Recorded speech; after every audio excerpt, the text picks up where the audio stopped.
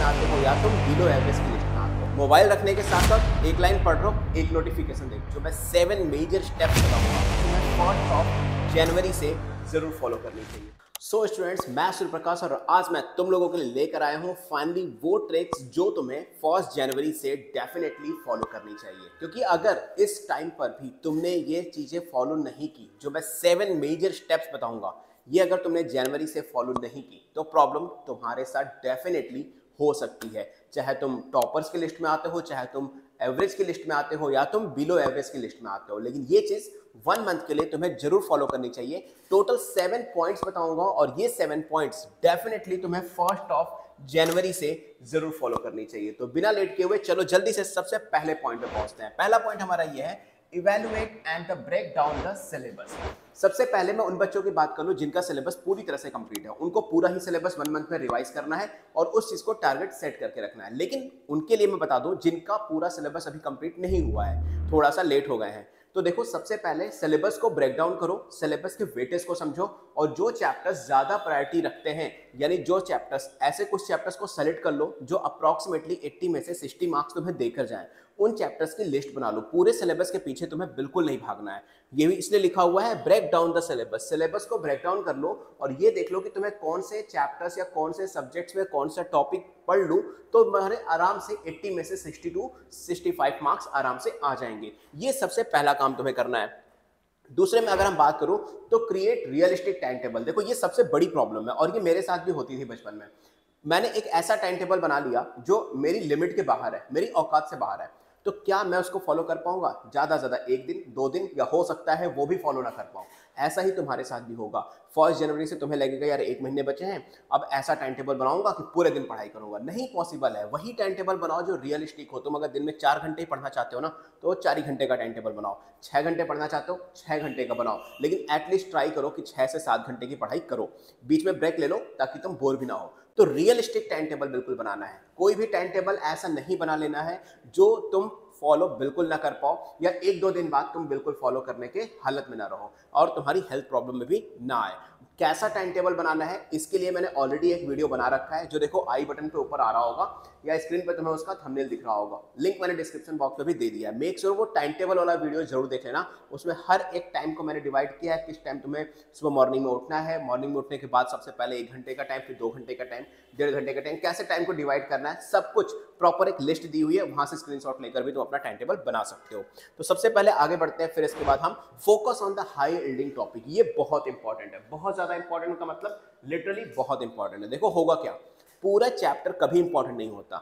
हर एक चैप्टर में मान लेते हैं हम कि 5 to 6 टॉपिक्स हैं, 5 to 6 टॉपिक्स हैं और इनमें से कोई 3-4 ही हमारे क्या होंगे, 2 या 3 टॉपिक ही हमारे क्या होंगे, इंपॉर्टेंट होंगे। ठीक है, अब इन 2-3 टॉपिक के लिए तुम पूरा चैप्टर पढ़ो, यूजलेस, पूरी तरह से यूजलेस, क्योंकि टाइम बहुत कम बचा हुआ है, 1 महीने का टाइम है। तो तुम्हें क्या करना है, सबसे पहले टॉपिक वाइज देखना है कि किस चैप्टर में कौन सा टॉपिक इंपॉर्टेंट है। ठीक है, इसके अलावा अगर ये चीज तुम्हें खुद से नहीं पता चल रही है तो 2 काम कर सकते हो। एक तो मैथ्स में, साइंस में, एसएसटी में और इंग्लिश में, इन चारों ही सब्जेक्ट के मैंने इंपॉर्टेंट क्वेश्चंस मार्क करवा दिए हैं। एनसीईआरटी में बुक में ही मार्क करवाया है, बुक ओपन करके ही। तो भाई उन क्वेश्चंस को रीड करो, उन क्वेश्चन से रिलेटेड टॉपिक को पढ़ लो, वही इंपॉर्टेंट टॉपिक है। दूसरी चीज, अगर तुम्हें लगता है कि नहीं ये ठीक है, इसमें ज्यादा टाइम वेस्ट होगा, तो अपने किसी स्कूल टीचर या कोचिंग टीचर से कंसल्ट कर लो, वो तुम्हें बता देंगे। लेकिन जो मैंने मार्क कराए हैं वो बोर्ड के बेसिस पर है, तो और एग्जैक्टली पेज वाइज मार्क कराए हैं बुक ओपन करके, तो वहां से तुम्हें बहुत हेल्प मिल जाएगी। उसका वीडियो का लिंक भी डिस्क्रिप्शन में तुम्हें मिल जाएगा। तो मेक श्योर कि जो टॉपिक ज्यादा अच्छे से तुम्हें करने हैं, जो ज्यादा स्कोर देकर जाएंगे, उनको तुम्हें पहले सॉल्व करना है, ना कि पूरे चैप्टर के पीछे पढ़ना है। इससे तुम्हारा एटलीस्ट 60 to 65 मार्क्स का पेपर बहुत आराम से बन जाएगा। ठीक है, एक चीज हो गई। आगे बढ़ते हैं हमारे 4th पॉइंट पे। सो यूज एक्टिव लर्निंग टेक्निक्स। अब देखो ये है क्या, तुम पढ़ने बैठे, पढ़ने के साथ बगल में मोबाइल रख लिया, मोबाइल रखने के साथ साथ 1 लाइन पढ़ रहे हो, 1 नोटिफिकेशन देख रहे हो, ये एक्टिव लर्निंग नहीं है। एक्टिव लर्निंग का मतलब 40 मिनट पढ़ रहे हो, 1 घंटे पढ़ रहे हो, 2 घंटे पढ़ रहे हो, 3 घंटे पढ़ रहे हो, लेकिन कॉन्सेंट्रेट करके। उस 1 घंटे में तुम्हें और कोई भी चीज डिस्ट्रैक्ट नहीं कर रही है। तो अपनी सारी डिस्ट्रैक्शन वाली चीजों की लिस्ट बनाओ, उनको दूसरे कमरे में रखो, स्विच ऑफ कर दो। 1 महीने के लिए अपना फोन दे दो घर वालों को कि लो भाई रख लो, कोई दिक्कत नहीं है, जब मुझे एंटरटेनमेंट चाहिए होगा मैं तुमसे ले लूंगा। अपने घर में कोई वीडियो गेम है, कंप्यूटर है, पीसी है, लैपटॉप है, इन सब को बंद कर दो, सिर्फ बुक्स और बुक्स पे ध्यान दो। बुक्स तुम्हें बहुत अच्छा सिखा के जाएंगे। हाँ, अगर कोई प्रॉब्लम है तो वन शॉट देख सकते हो, दैट्स इट, बहुत ओके वाली बात है। साइंस के वन शॉट मेरे चैनल पे पड़े हुए हैं, 30 मिनट्स का वन शॉट है और पूरे डिटेल टॉपिक के साथ, वो भी देख सकते हो। तो मेक श्योर एक्टिव लर्निंग रखनी है। कोई भी चीज जो तुम्हें डिस्ट्रैक्ट कर रही है, चाहे वो कोई भी चीज हो, तुम्हारा फ्रेंड हो, उसकी कॉल्स हो, मोबाइल हो, कुछ भी, उसको तुम अपने कमरे से हटा दो, दूर रख दो, खासकर पढ़ाई के समय, ताकि वो तुम्हें डिस्ट्रैक्ट ना कर पाए। ठीक है, अगले बढ़ते हैं टॉपिक नंबर 5। देखो 5 क्या करता है, focus on revision and consolidation. अब देखो, तुमने मान लो तुम्हारे साइंस में टोटल 12 चैप्टर है, तुम्हारे 6 चैप्टर बहुत अच्छे से प्रिपेयर है। बहुत बार बच्चे क्या करते हैं, 6 को छोड़ देते हैं, अब बाकी के 6 के पीछे इतनी शिद्दत से पढ़ जाते हैं कि ये 6 उनको भूलने लगते हैं। तो तुम्हें नया कुछ भी पढ़ो, दैट्स वेरी ओके, लेकिन पुराने वाले को छोड़ना नहीं है। मतलब पुराने जो भी टॉपिक तुमने पढ़े हैं, पुराने जो भी चैप्टर तुमने पढ़े हैं, उनको बार बार मल्टीपल टाइम रिवीजन करना है, सो दैट वो कंसोलिडेट हो जाएं और एग्जाम में उनसे पूछा गया कोई भी क्वेश्चन तुम्हारा गलत ना हो। मतलब रिवीजन इज मोर इंपॉर्टेंट। अगले दिन कुछ भी पढ़ रहे हो, पहले दिन वाला पूरा टॉपिक रिवाइज करके तभी कुछ नया पढ़ो, ताकि सारे के सारे पुराने टॉपिक्स तुम्हें याद रहें, नया पढ़ने के चक्कर में पुराना भूल ना जाए। और मैक्सिमम बच्चे हमेशा यही गलती करते हैं, जो सिलेबस नहीं कंप्लीट है, जो टॉपिक नहीं कंप्लीट है, जो क्वेश्चन नहीं कंप्लीट है, उसके पीछे पड़ जाएंगे, और जो पढ़ता है, जो अच्छे से पढ़ रखा है, जो कई दिनों से तुमने पढ़ रखा है, उसको भूल जाएंगे।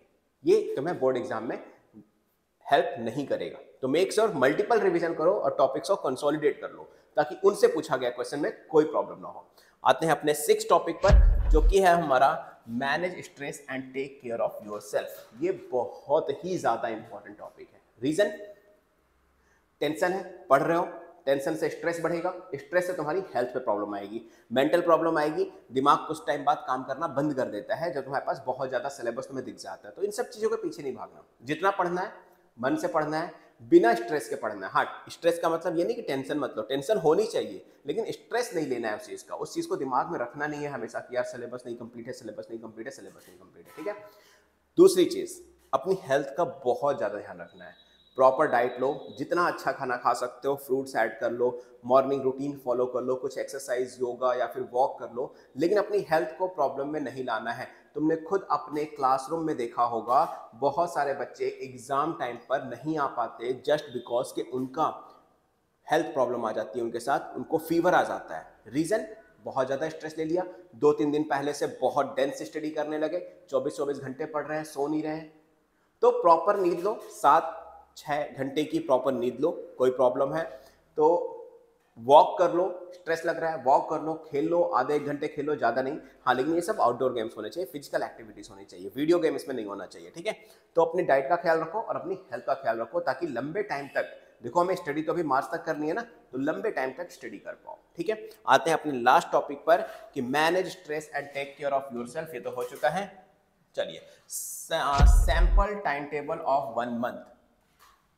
अब देखो, ये जो टाइम टेबल की मैं बात कर रहा हूँ ना, मैंने ऑलरेडी बता दिया कि 1 मंथ का प्रॉपर टाइम टेबल, तुम्हें कितने बजे उठना है, कितने बजे स्टडी करनी है। देखो वीडियो यहाँ पर आ भी रहा होगा, एक तरफ देख लो यहाँ पे, तो प्रॉपर ये वीडियो पूरा देख लेना। इसमें प्रॉपरली मैंने बताया है कि कैसे कैसे तुम्हें अपने टाइम को मैनेज करना है। इवन मैंने बना कर दे दिया है, तुम्हें बस उसमें अपने सब्जेक्ट्स और अपनी टाइमिंग मेंशन कर देनी है कि इस टाइम से इस टाइम तक ये करना है। तो ये वीडियो देख लेना, सो दैट तुम्हारा ये वाला पॉइंट जो 1 मंथ का प्रॉपर टाइम टेबल है वो बहुत अच्छे से कंप्लीट हो जाए।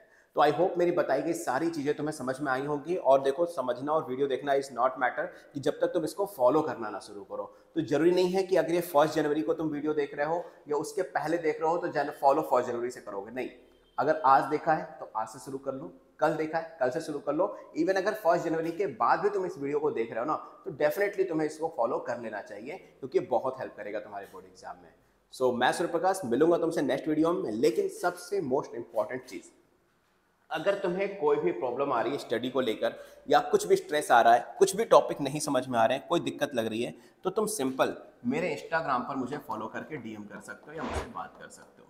इंस्टाग्राम पे मुझे फॉलो कर लेना, इंस्टाग्राम का अकाउंट डीएम में दिया हुआ है, या फिर मैं पहले बता दूं, मेरा इंस्टाग्राम अकाउंट है SURYA0315। तो मेक श्योर मुझे फॉलो कर लेना, फॉलो करके डीएम कर देना, जो भी तुम्हारी प्रॉब्लम हो या जो भी तुम्हें लग रहा हो कि इसको कैसे करना है, ये चीज़ कैसे है, तो वो सारी चीज़ें मैं शेयर कर दूंगा। ठीक है।